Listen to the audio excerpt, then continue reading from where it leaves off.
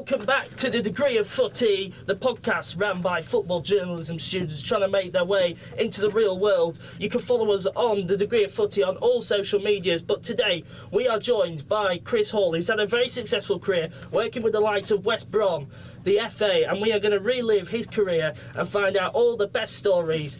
Chris, how you doing? Yeah, not too bad, not too bad. Jeez, how long we got? How long? I'm an old man now. I've got plenty of years behind me. If we're going to go through my whole life, blimey, heck. How long we got this studio for? Well, we'll go through your highlights, Chris, which there are many of. Hey, if you say so. If you say so, Harvey. So, Chris, we're going to start right at the first where you started as a broadcast editor for West Brom. I'm going off your LinkedIn profile here. So. Yeah, let's see if I've updated it. Yeah. So, it's your words, not mine. Fair enough. But what we want to know is, you used to do a bit of everything there. What was it like when you first started, trying to, similar to us, trying to get our first job? Yeah. What was that like when you first started, not knowing a lot? I mean, look, it's intimidating. I'm not going to lie. Like, you go in and. I hadn't. I was doing a masters in sports broadcast journalism, and I kind of I've actually found out about the job completely by chance. A mate of mine on the course was going for the same job, but the deadline was that day, so he didn't have. He didn't have time to actually post in his application, so he wanted to hand deliver it, but. He couldn't find out which train station to go to get to West Brom. Yeah. So he rang me and said, "What's the nearest train station to the West Brom ground?" And I was like, "What do you want to know that information for?" Genuinely, probably the most important question I've ever asked anybody in my entire life. Yeah. And he said, "There's a job going at West Brom," and I said, "Well, look. Would you mind if I applied as well?" So I literally sat there that afternoon, wrote my application, drove over to the Hawthorns and put it in, and I got the job and he didn't. I don't feel too bad because he didn't get to interview. If we'd both gone to interview and we'd been down to the last two, I'd have felt like a right git. Yeah. But because he never got to interview, he wouldn't have got it regardless of whether I'd gone for the job or not. But I sort of literally went straight out of that master's course into work, and it is intimidating because I'd done a bit of work experience at BBC Radio Derby, BBC Radio WM, and also at the Wolf FM as well, and Minster FM, who were all really, really great to me, but it's not the same as going into a club, and also the club you support as well. Suddenly you're surrounded by people that you admire, people that you've kind of like always looked up to, and I mean, my boss actually had to stop me from calling Brian Robson gaffer because I heard the players calling it him, and I thought it was like the done thing, and he was like, "Brian's he's not your boss," and it's kind of, you just learn these little things as you go along. There's loads of silly little things. What the biggest thing I would say is, look. You're going to make mistakes as you go in. Like, I made tons. I look back on the things I did now at 23 in that first job. Yeah. Like, there's so many things I wouldn't do ever again. But there's no possible way of knowing that without making those mistakes. You know what I mean? It's silly little things like setting up an interview like 100 yards. Well, not even that. Probably about 30 yards away from where the coaching staff are having a drink, and they pelt you with peanuts the whole way through your interview. It's just stupid stuff like that. I look now and think that's so obvious that would happen. But because you've never been around football people before, because like when you've been in a university environment, even if you were sort of like 10 yards away from other students having a cup of tea, they wouldn't throw stuff at your head while you're doing an interview. You know what I mean? Yeah, so your brain doesn't work like that, but it very quickly adapts. Yes, yeah. Yeah, I mean, from then on, you worked as a social media officer at West Ham. What was that change like going into that job, and what was a growing platform at the time? Well, to be honest, I created the job for myself, really, because I went into West Brom in 2007. It would have been 2007.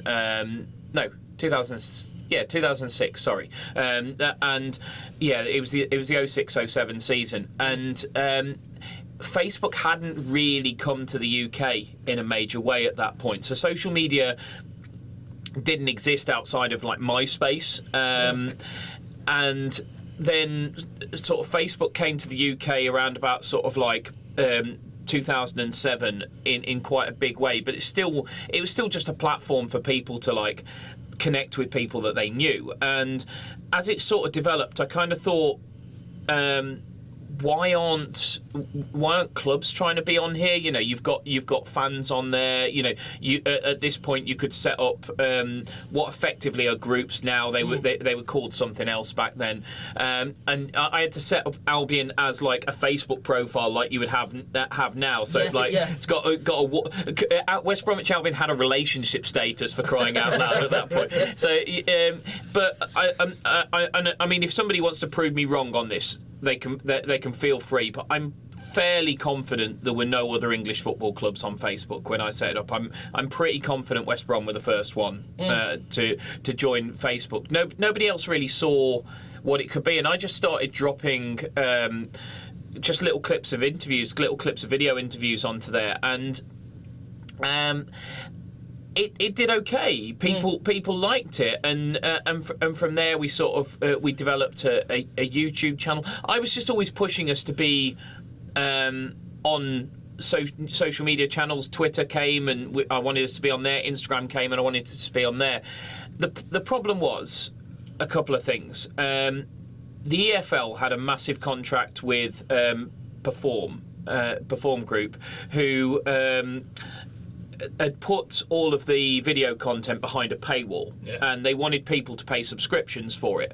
So me dropping stuff onto YouTube and places like that was a threat to that, and they really didn't like it. And I had a number of calls and emails from people at the EFL or the Football League as it was called then, basically telling me to stop. You know, and then on top of that, we got there's certain levels of revenue attached to how your subscribers performed, also how your website performed, and people were protective of the website as well. And at the time, they didn't really see social media for what it could be, and they were like, I was desperately pushing our department to announce all transfers on Twitter first, and now that would seem like the single most obvious thing to do, and my boss was like, no. We put them on the website first, and then we put it on Twitter afterwards. So you wait till the website editor has told you it's gone, and then we put it out. And it's it was very website first, and it was frustrating because I could see the way the world was going, but at the same time, you know, and this is not me knocking the people I work with, because I can understand, first of all, they were doing what the Football League wanted them to do, and we were all part of the sort of like Football League group at that time. And also, you're trying to protect where your revenue streams were. There wasn't all I kept getting from our sort of head of marketing was like, you're putting all this time into social media, but where's the return on investment? And that's what people kept asking. And I think, to be honest, it's still a question that people ask today. Yeah. You know, it's still not the easiest question to answer. Fortunately, I started doing things like doing videos with sort of sponsored backgrounds, the kind of stuff you wouldn't get away with today. That Facebook would pull those videos down in a moment. But they weren't back then. And I started sort of like showing that there was a return on investment from doing it. And ultimately, I think that's what got my job title changed. Because I could see, I went in as broadcast editor, and I could see that there wasn't a future in this paywall stuff. I could see the volume of stuff going onto YouTube, and it didn't make sense to me why people were going to keep paying subscriptions for something that I could see was going to be available free elsewhere. So it was just, to be honest, if it'd been up to me, it wasn't one of those things where they changed my job title. If it'd been up to me, my job title probably would have changed a year before it did. I was massively pushing for this. I was saying social media needs to be its own role, and eventually they agreed to them. And again, not a criticism of the people I work with, because we were one of the early clubs to have a social media officer. So I can't sit there and say like Man United was so late to the party getting on some of these channels. That's a genuine. There's a genuine, legitimate criticism there. I can't say that anybody at the Albion was late to the party. They just got me, who was young and enthusiastic at the time, and could see. Not that I'm not enthusiastic now, but I'm just not young anymore. But I could see what all these things could be, and I could see, as you guys know from the amount of time that you have to listen to me, audience is everything, and I could see where the audience was migrating to, and I just wanted people to catch on to that and sort of realise that there was a massive shift happening in the way people were consuming content, and we just had to get on board with it. So yeah, that's pretty much why my job role changed, is because I pushed the envelope for quite a long time for it to change. Yeah. I mean, Chris, at West Brom, you're obviously part of a lot of projects. What was the one that you enjoyed the most, if you had to put it down to one? Oh, now you're asking. Wow. See, not only are you asking a big question there, but you're asking me to think back. You're asking me to think back about 15 years, which is just an absolute blooming nightmare. There was, there was a few things that we did. We obviously. We had it thrust upon us, but we ended up being Sir Alex Ferguson's last game as a manager, the 5-5. Yeah. And he announced that after they beat Swansea at home with a last-minute Rio Ferdinand goal, and he announced it after that. So we had about 2 weeks lead time. Might have been 2 weeks or might have been 7 days, I can't remember now. Lead time up to that game. And between a bunch of us, it was by no means just me. Between a bunch of us, we had to come up with a series of sort of plans to pay tribute to him, because look, one of, if not the most successful managers of all time, and certainly, no disrespect to Pep Guardiola, but certainly at the time, the greatest manager the Premier League had ever seen. Pep challenges him now. I still argue that probably what Fergie did was greater, because it was over a greater period of time, but that's a debate to be had. But we kind of had to come up with a series of activations around that, and like it was just things like how we real granular detail, like how are we going to pay tribute to him as he walks out, who's going to walk out first, who's going to create this guard of honour. And we ended up with this huge guard of honour where our players walked out, the officials walked out, the Man United players walked out, and then the Man United coaching staff walked out, and like it was this massive guard of honour, and then Sir Alex walked out on his own. We put together our amazing programme editor Dave Bowler put together an unbelievable bumper edition programme, which was just absolutely phenomenal. We did tributes on the big screens, and it was stuff like that. And obviously we had Roy Hodgson's last game as well, which is a big thing. But the Fergie one always sticks with me, because I had this moment in the tunnel with him where I was floor managing the whole thing, and he, as I say, it was the Albion players were to walk out, then the United players, then the referees, then his coaching staff, and they were all to form a guard of honour and applaud him as he comes out. And as his coaching staff went to walk out, he went to walk out with them, and I just put my hand gently on his shoulder and went, "Do you mind waiting a moment, Sir Alex?" And I have never been given a look by anybody that has scared the hell out of me more. He looked at me as if to say, "Who the hell are you spotty oik?" I just sort of, honestly, my backside dropped out. But fair play to him, he stood there. He did as I asked.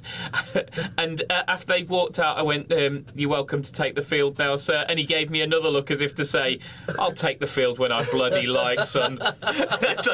Honestly, I was terrified. But, fair play. Like I say, he's an absolute legend. I think the other one at Albion was we we decided to do because we employed a head of marketing called a guy called Adrian Wright, somebody who I'm still quite close with now, really top guy, and he came over from Birmingham, and there they'd always done these end of season awards dinners, sort of like pay tribute to the players, but fans could come along and pay for tables. They did it in like the NIA and stuff like that, and it was really good.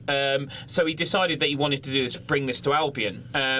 And he sort of like he said anybody got any ideas, and I just went full blown extra and decided that I came in with this whole theme. So I wanted to do it like an Oscars type movie themed awards dinner, call it Albion's 11, and like do all these videos that kind of had movie sort of the themes to them.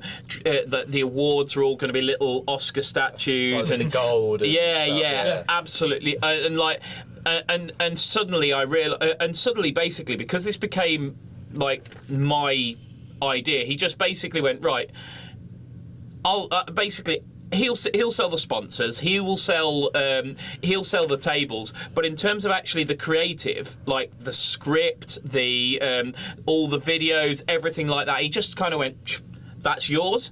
And I was like, oh my God, I've basically got to arrange a whole awards dinner. I mean, fortunately, I had a great production company working with us, but we put together these amazing videos. We did a train spotting one, like the bit at the start where they sort of like flash all their names up. We did like that with all the players' names, and then we did because it was Ocean's 11. I all the way through, I'd got my heart set on at the end of the whole thing. The end scene was going to be the fountain scene from Ocean's 11. So the bit where they're after they've robbed the casino, where they're all stood outside at the fountain. Yeah, the fountain, and the camera pans across the front of them. Yeah, and they all like give a little nod to the camera or something like that, and then one by one they walk off away from each other, and like so I got the players. Up on the sort of like top of the Smethwick stand. It's the East stand, and I got a camera on a sort of track, and I said to the lads like, but I wanted them. I was really specific about what I wanted. Like there's a point where sort of like I think it's Brad Pitt looks down the line. And then sort of like looks up and down the line, and I wanted Romelu Lukaku to do that. So I'm like, I'm instructing, and they're all like, what the heck is Chris like? But I in my mind I'd sort of attached each of the players to an actor in Ocean's 11, so I wanted them to walk off in the right order, and it was really granular, and like it was a nightmare. I sort of they did it. And but there was a lot of the lads just going, Chris, what the hell was that? And then we put it up on the screen at the awards dinner, and and afterwards we got a separate venue booked for an after party, basically so we could all get hammered, and and we were walking across Brindley Place to get to the second venue, and Billy Jones and George Thorne came up to me and just went, we thought you were making us look like right idiots when you did that. He said, but fair play to you. That looked class. And do you know what? That meant the world to me, because I knew the players hated doing it, because like it was back in the... Nowadays, you'd probably have got away with that because players are used to doing all sorts of weird and wonderful things. But back then, that was just busy. That was so busy. Yeah. But when they saw the end product, fair play to them. A few of them came up to me and just said that was absolutely class. So yeah, it meant a lot to me. That did. That's brilliant. Yeah. I mean, one story we'd also like to talk about is the story of Peter Odemwingie when he tried to force his move to QPR as you were the press officer. So what happened during that day from your perspective? Well, I wasn't the press officer. I was the social media manager, and it was a weird one, really, because I mean, look, we'd actually got a game. I can't remember whether it was the next day or that weekend or whatever. But either way, part of my job was to design the big screen programme. So regardless of what was going on in the transfer window, I had to go up to the stadium and build the big screen programme, because otherwise we had nothing to put on the screens on for the game. So my boss had I'd gone in to the training ground in the morning, and my boss had said to me, "Look, there's a chance Peter could go. We want Junior Hoylett as part of the deal. At the moment, absolutely nothing is close. So go to the ground, like get your work done. Give me a call when it's done." And I sort of I was getting towards the end of what I was doing up there, and so I gave my boss a ring and said, "Look, there's a few things I could crack on with here. Where's the best place for me to be?" And he went, "I think it's getting pretty close now." He said, "Probably best you jump back in your car and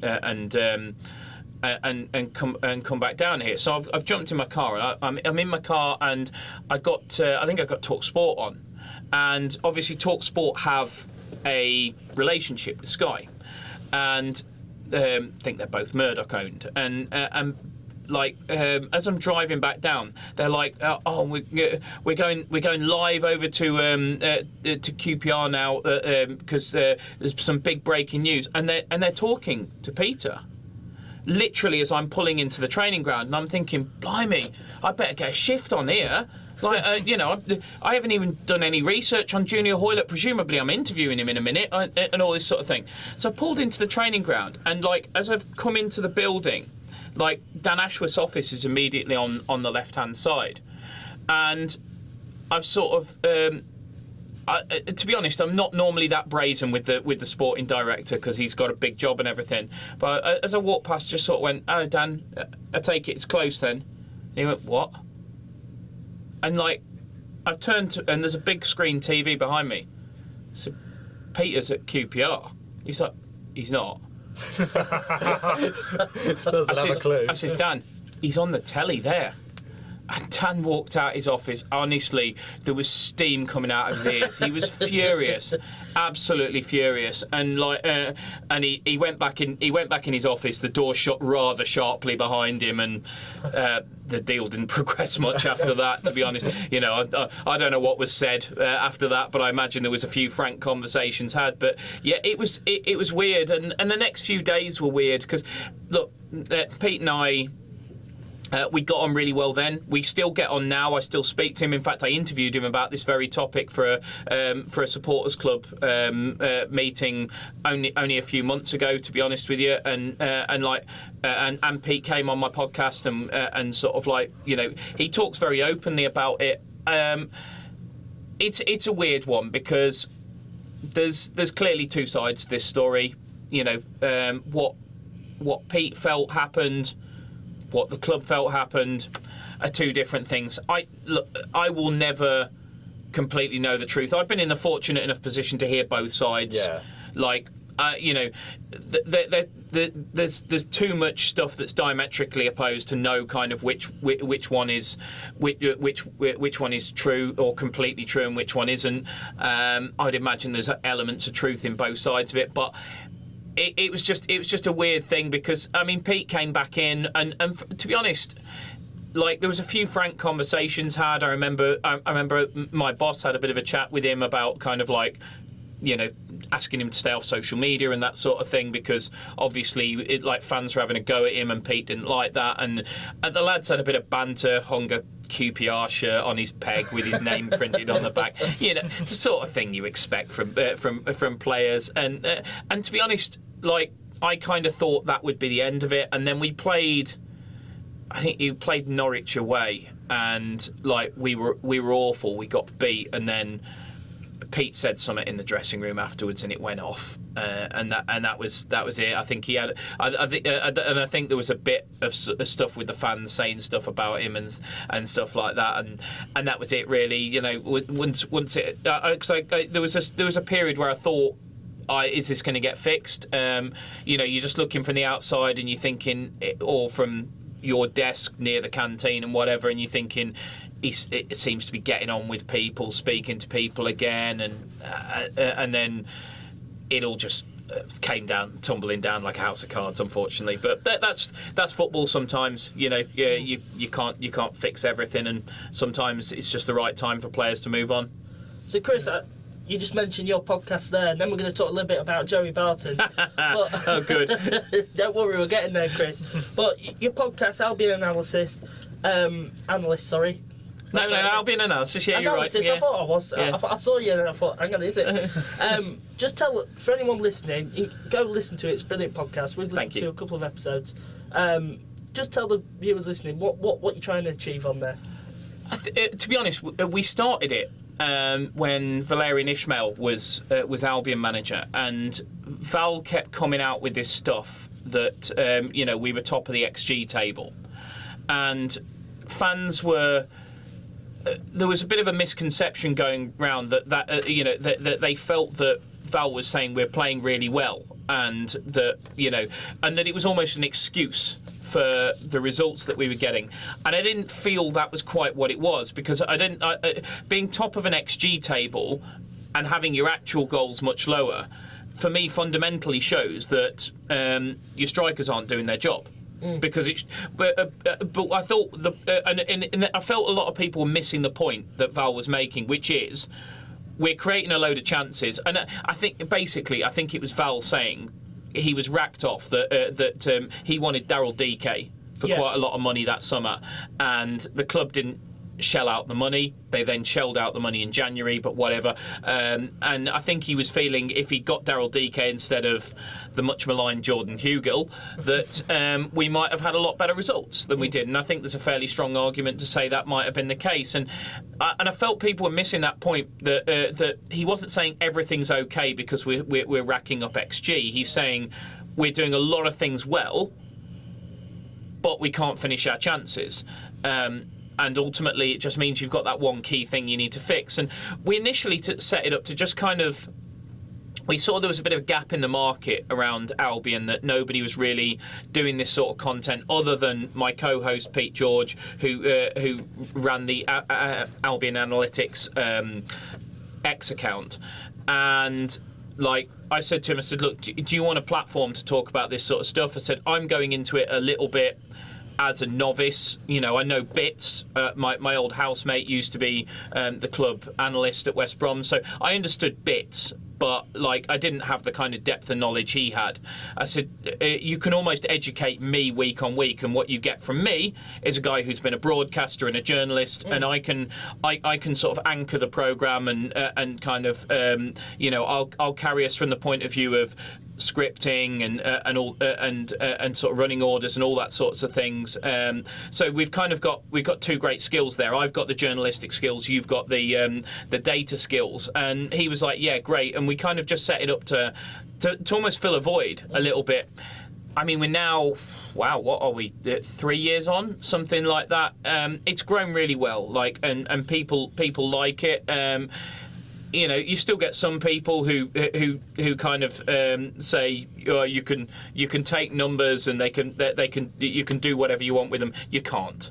The numbers say what the numbers say. The numbers are facts. That's like that's like me saying I could take the Premier League table, turn it upside down, and Liverpool are at the bottom, and Southampton are at the top. It doesn't work like that. You know what I mean? The league table is a form of data. And you can't do anything with it. It says what it says. Yeah. And if you properly understand the deeper data around football, it says what it says. Some of it can be open to interpretation, but not to the point where you can say anything with it. Yeah. So it's a side of the game that I've really fallen in love with, to be honest, because what I found doing the pod with Pete is that now I've probably become almost as much of a kind of geek of the data, if you'll excuse me for saying that. Yeah. As he is, to be honest with you. I love it. I spend way too much time on FBref, FOTMob, places like this, Who Scored, Transfermarkt. I spend an awful lot of time on them because I just feel it gives me a deeper understanding of the game. You still have to watch matches. Yeah. Of course you do, because there's loads of stuff in games that the data can't pick up. We played Leeds at the weekend. Tom Fellows runs through at the end and gets tackled by Joe Rodon. Doesn't have an XG value because he never gets a shot off. So you've got to watch the games to make sure that you've kind of got the full context. But I just think I think it's such a great area of football, and I know some people don't like it, and that's fair enough. And by the way, there's never going to be any substitute for watching football matches ever. Ultimately, you've got to watch games. Even if you use the data, you've got to watch games. There's, the eye, actually watching the game with the eye, there will never be a substitute for that. But the wealth of data we have to enhance our knowledge of football now, I just think it's so powerful, and it gives us an opportunity where before coaches and people in the game just knew way more than us as fans. I'm not saying it levels the playing field. Yeah. But it kind of, it just gives us a chance to almost understand the game at least somewhere near their level. Yeah. Well, Chris, I sort of want to change the tune a bit here. I know Harvey's mentioned it earlier. I want to talk about Joey Barton. Go for it. For the listeners and the watchers, can you tell us what was your experience with him on Twitter at one point this year? Probably about the same as most people's experience of him, isn't it?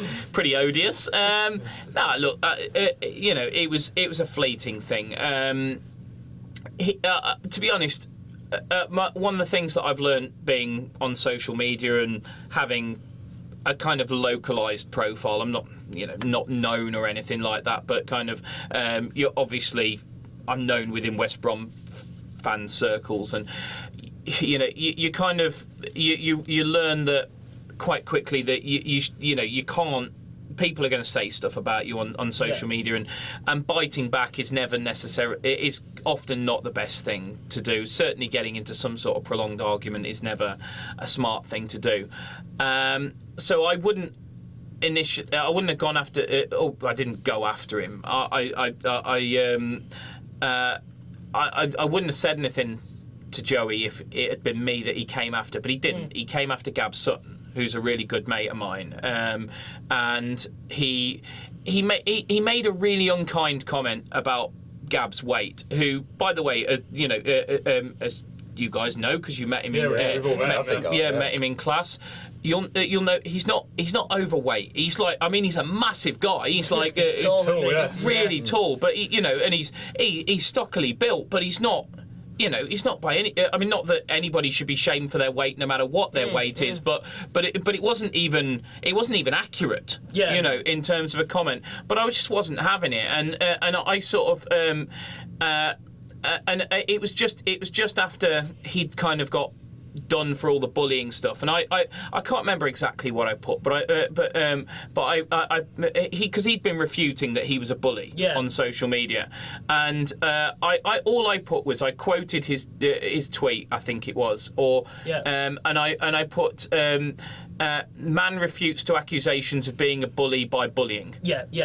And he was going through this stage. Joey clearly goes through stages of taking screenshots of people's profile pictures, which is what he'd done to Gab, and it's what he did to me. And he basically in his comment he accused me of being cross-eyed. And again, I mean, as you all know from the ridiculously thick glasses that I'm wearing, I have problems with my eyesight. And to be honest, they've got the big old bald patch there. If anyone can see it on the camera, there's plenty of stuff he could have gone after.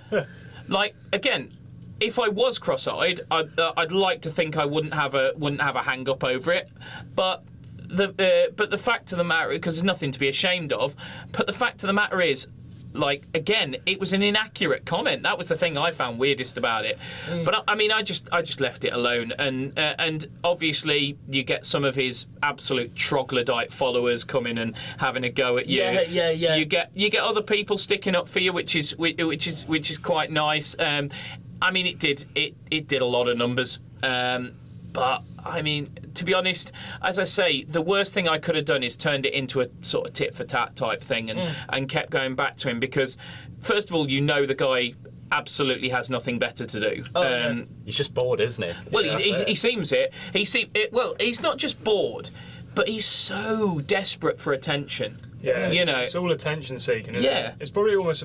Do you think a bit of jealousy as well, almost? I mean, not necessarily. Not going to go so far as say he's jealous of me, but I think But as in like jealousy, is in like of like people's also achievements. Like Gab Sutton, he runs a successful podcast, and I think he's just mad at the world changing around him. Yeah. To be honest, Henry, I think he's just, I think he's a guy who is massively stuck in the past. And doesn't like the world changing. Look at all these. We're recording here the sort of like just after the round of FA Cup last 16 games, and his posts about the sort of Millwall challenge. Not even a foul, like blaming it on Mateta and stuff like that. Like the Anthony Gordon post. I saw he's put it shouldn't have even been a yellow, and it's like. It's really sad. It's just desperately trying to sort of first of all get attention, but also it just smacks of a guy who doesn't want the world to change. And it's an archaic way of thinking. I mean, look, and people will probably go, well, clearly you still follow him and everything. I follow him because he gives me examples for classes to speak to you guys, which allows me to say this is how you should not do things. So that is the one and only reason that I haven't even gone so far as to block him, because frankly his content has no interest to me other than outside of academic purposes, being able to highlight it and say this is absolutely the last thing that I would want anybody in my class to ever do. So that's the only reason I still follow him. But it's just I think it's sad. I think it's a little bit desperate. But I think what's actually sadder is that there are so many people who follow him that agree with him. On there that feed the beast constantly. I think there actually is an argument to say that the people who actually fuel him are more to blame for Joey Barton than Joey Barton himself. Because if you give people like that attention, they will never go away. If everybody actually like blocked him and shut down and stopped following him and stopped responding to him and gave him zero attention, good or bad, because if you go on there and have a go at him constantly, he'll still eat that up. That will still fuel him. The only way that people like Joey Barton go away is by ignoring them. And look, and I know this is ironic from somebody.